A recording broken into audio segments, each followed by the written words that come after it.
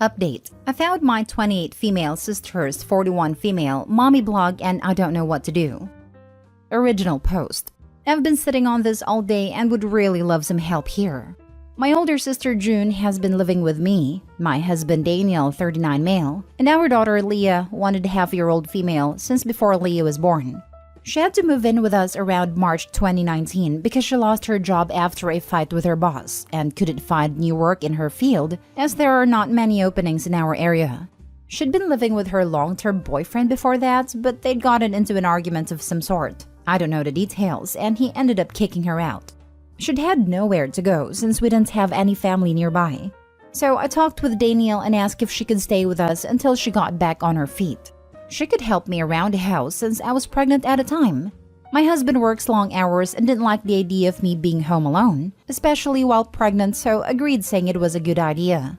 June had been very thankful for the place to stay and was a great help around the house. And an even bigger help after Leah was born. I still did/do the bulk of the childcare with Daniel right there to help when he's home. But it's nice to have someone else at home during the day to share the workload with. And Leah loves her Aunt Junie. The problem came today when I was looking up matching mommy and baby princess dresses, since I was hoping for Leah and I to be matching queen and princess for Halloween this year. Yes, I'm one of those people who plans costumes way ahead. Well, I got sucked down the mommy blog rabbit hole and spent almost an hour looking through blogs and stuff until I saw a familiar kitchen. It was familiar because it was my kitchen. I know, because I decorated my kitchen myself, and it's a rustic sort of country theme. And I have 3 antique copper jello molds my grandma gave me hanging on the wall next to the fridge. Plus, I could see the treat bell I'd made for our kitty hanging on the fridge handle. She rings it when she wants a treat/attention. I clicked on the picture and it took me to a mommy blog run by mommy with a name super similar to mine. The more I scrolled through the blog, the more disturbed I got. She had pictures of herself up in my house like it was hers. In one, she was even wearing one of my blouses. Pictures of her and Leah all tagged mommy and daughter, and even a couple pictures of her, Leah and Daniel that I recognized. I'd been in the photos, but she'd apparently cropped me out of them. What do I do? How the hell do I even broach this? Hey sis, what's up with this blog of yours? Why are you pretending to be me? Why are you saying you're my daughter's mother? When did you have time to wear my clothes and pose for pictures with my child? What the heck is going on? I put down all the info I could think of in my scrambled state right now. I don't think I missed anything. Any solid advice would be stellar. Now for the top advice before reading the update. Oddly enough, I've been in a similar situation. My younger sister was signing up as me on social media, doing in-depth searches for information about me, registered for my high school reunion. And the last straw, used her job at a financial institution to dig into my accounts and offer unsolicited financial advice. I found out when I couldn't access the group for the reunion until I had a friend check it out and I was already in there, posting pictures and sending messages. I went with the nuclear option. I called her up and told her that she had to stop. At first, she denied any wrongdoing, but I had all the information right there in front of me. In the end, I told her that she had 2 options. Stay out of my business and delete all the online profiles, or I'd call her employer and never speak with her again. She confessed to the non-creepy portions of it and swore she wouldn't access my information again. Suddenly, the social media accounts were gone. Then she was fired for using her position to access accounts without reason in an unrelated case, so that sorted itself out. I was happy I called her out. It made healing easier. I had very little contact with her for a few years, but eventually time healed all wounds. I still don't trust her because these types of identity theft are truly strange. It shows you that they have no boundaries regarding you. That's really messed up. Did she ever explain why she faked being you? I can't wrap my head around wanting to lie about being someone you know and are close with. She must have some mental issues going on, depression, or even some kind of psychotic episode.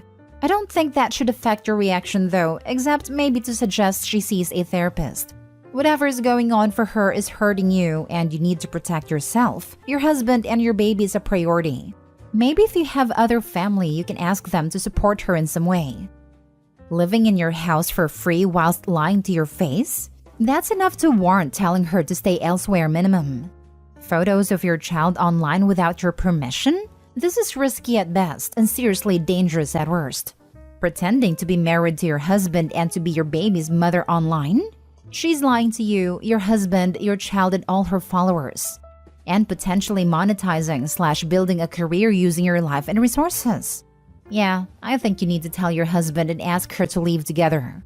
She's putting your child at risk, if nothing else. Reading all of this is honestly making me feel sick with worry. Plus, those are just the concrete, non-emotional things. I can only imagine how violating it must feel. Someone spoofed my Instagram earlier this year. They grabbed several of my photos and tried to add people I knew. It was honestly unsettling, and I felt weird and kind of violated for a while. This is so much worse. Her home? Her child? Her identity? They make Lifetime movies about this stuff. Speak to your husband before you speak to her. You should put up a united front, and you want this to be a consistent message. She's massively crossed so many lines. It's time for Aunt Junie to move out, and this blog to be deleted. This really sounds like a horror film. You're not the only person telling me this whole situation screams horror movie, and that's freaking me out a little, not gonna lie. Now for the update. Well, the last almost a year has been a lot to process and work through, but a bunch of you nice readers have been begging me for an update, though I don't want to do one until things calm down. But now things have settled enough for me to do so, so here I am. This is a super long one, so please bear with me. To start, June is no longer living with me and my family. First off, I sat Daniel down the next day and told him everything. I showed him the blog, and he was incredibly disturbed by it and upset too. He didn't like how many photos of Leah were up online without our knowledge. We don't post many pictures of her, and the ones we do are on our Facebook, which are private. He was worried if June was mentally okay, because this was nuts to him, and I said I wasn't sure, but I was worried about her too. We agreed we needed to talk to her ASAP. So he took Leah to his parents' house to stay the night before coming back home. Then I contacted our parents for a video call and told them about June's blog I found. I felt like they needed to know what was going on. Our mom was shocked, but our dad didn't believe it, so I sent them a link to the blog. They were quiet while they looked through it, and I talked to them about how we, Daniel and I, were understandably weirded out and concerned for June. Out of them both, Dad looked the most disappointed, while Mom just looked stunned. I told them June couldn't stay here anymore because of this, but we didn't want her out on the street, and they said she could come stay with them. They wanted to be there on call while we confronted June, but I said all of us together would probably make her feel like she was being attacked. So I said we'd call them afterwards, but due to confronting alone. But they'd probably have to help her move her stuff afterwards. Then after hanging up with them, I made sure I had my laptop there half shut with the blog open in case she tried to deny it.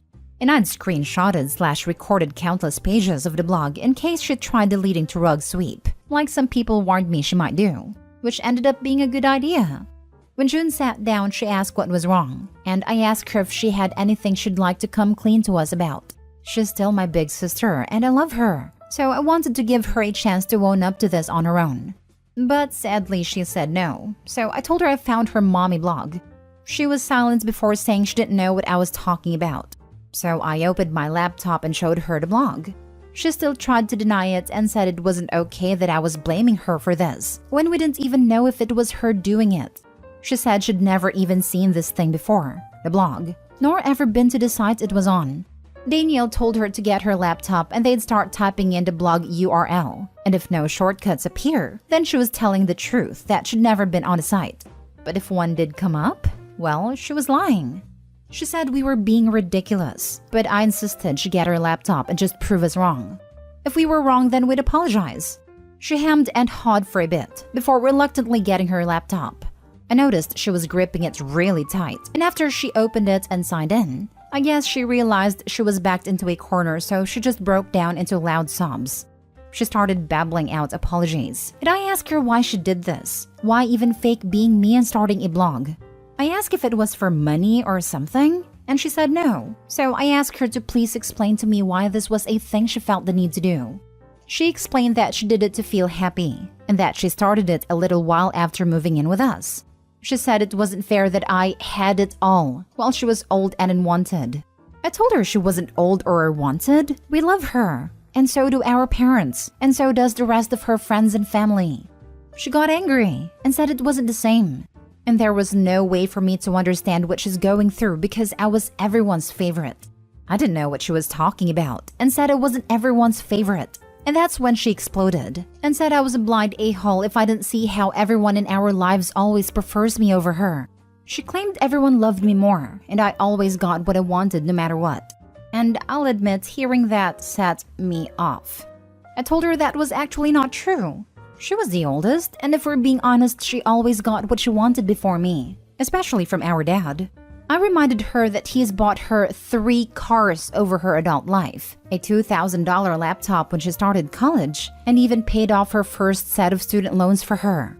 Meanwhile, he never did any of that for me. I didn't get to attend college because I didn't have the money, and didn't want loans because I wasn't sure I'd be able to pay them back on time. The closest I got to what she got was when our dad offered to sell me his old car for cheap, and gave me his old laptop after he upgraded with a brand new one. I said I loved her, but told her she had to see how delusional she was being if she thought I was somehow the favorite. I'll admit this was a sore spot for me. We got a little heated and argued back and forth, so I told her she needed to pack her things because she couldn't stay here anymore. My trust in her was severely damaged, and I didn't think her living with us any longer would be good for anyone. That's when she started bawling and begging me not to kick her out onto the streets. I told her she wasn't going onto the streets, and she could just go stay with our parents. They live a couple hours away, so it's not like she was going to be homeless. She kept crying and said she'd delete the blog if we let her stay. I refused and said she needed to go to therapy and not stay here. While we were talking, her trying to compromise and me rejecting it, she opened a blog and began deleting everything. She kept repeating through tears, "I'll delete it, I'll delete it. I'll get rid of everything and won't post anything else," as if to convince me to take back my decision. I made it clear through all of this that she was not staying here anymore no matter what she did. Once she deleted it, she said we were all good now, it's gone. But I told her it didn't matter, she wasn't staying here. That's when she got angry and said, "But I deleted it. There's no problem now." Like deleting it made it not happen. We told her to get ready because our parents were on their way to pick her up and that they knew the situation. That caused her to start really flipping out. She was furious that I told our parents about the blog and said she wouldn't be able to look at our parents now. Things got messy, and police were called by a neighbor because of just how loudly she was screaming. The cops arrived before our parents, and she almost got taken into custody for being too aggressive and not settling down when the officer told her to calm herself the first time. So we had 2 cops there while she packed her stuff up. And then our parents arrived, and it was just a very tense affair. I told her I loved her as she was leaving, but she practically spat at me that she hated me. That hurt a lot, but I tried not to take it to heart. A few months passed and our mom kept me updated on how June was doing. Our parents said she needed to go to therapy. It was a condition of them letting her stay there. She started going and seems to be doing a lot better, but she still won't talk to me. Mom says she looks sad a lot, but she also sounds remorseful when they talk about me/my family. So I think the therapy is helping her come to terms with how not okay what she did was. And a couple months ago, she finally got in contact with me, called and apologized for what she did, how she'd acted, and for saying she hated me. Talking with her felt nice. She sounded sad but happy too, much happier than she had when living with my family. Those who said she made a blog to cope were right. It turns out June was in a really not good place mentally after the breakup and being let go from her job, way more than she'd been letting on to anyone. She also told me she'd been on medication for anxiety and depression before/during when she dated her ex, but she'd shamed her for it. And eventually he convinced her she didn't need them with him in her life, which was wrong. Turns out the argument that ended their relationship was him being mad at her for being such a downer and making him sad. Yeah, so after seeing her therapist, she was put back on them and is doing much better, she says. So things didn't end all happy sunshine, but they didn't end as scarily as some people said they might, which is more than good in my book. Thank you everyone for all your advice. It really helped. What's sad is that, with so many mommy and daughter blogs out there, an auntie and niece blog would be a nice spin. And who knows, would have gotten pretty big, with your consent first, of course. It wouldn't have worked in the slightest. She didn't want to be part of Opie's life. She wanted to have what Opie had. It was the lack of love and family and a home with all the connotations included that drove her to this, not lack of something she can orbit. Wow, what a roller coaster. May I congratulate you, Opie? Despite having no prior experience in such circumstances, you handled your situation expertly. You were direct with her, and you handled the subject in such a way that she wouldn't feel attacked or threatened. So important. You involved everyone who needed to be involved before engaging her and covered your bases. Great job. I feel so sad for your sister, but definitely glad to hear she's finally getting the help that she needs. It sounds like you both are in a better place. Bittersweet though it may be for the moment. Thank you for the update. It's always so tragic to see how people get because they are forced or bullied into not taking their medications, since most times it causes them to snap. While June definitely had things to work on about herself, especially with acting as though Leah was her daughter and how she resented Opie, the ex was an a-hole for convincing her to go off her meds and then blame her for her brain chemistry. X has the same vibes as the girls who take their roommates' medicines and either throw them away because it's better for their health or out of spite. There are 2 stories that have roommates destroying meds. And the last one is about a roommate doing it to spite that OP, although I cannot remember why. It's concerning the number of people who think mental illness can just be wished away. I've read the stories you're referring to, or similar ones, and it's terrifying to think that people can be so willfully ignorant of others' pain, and so assured that they know best. Plus, suddenly stopping some antidepressants can really mess you up. Even tapering down can be unpleasant. June was 13 when Opie was born, so this "you were the favorite" mentality may come from the baby's receiving baby attention and I'm not, so baby's favorite. I'm also now wondering how much her depression played into it. Like June got a car from her dad. I wonder if he just didn't want to see her sad so thought it might help? But June's depression doesn't let her see those things.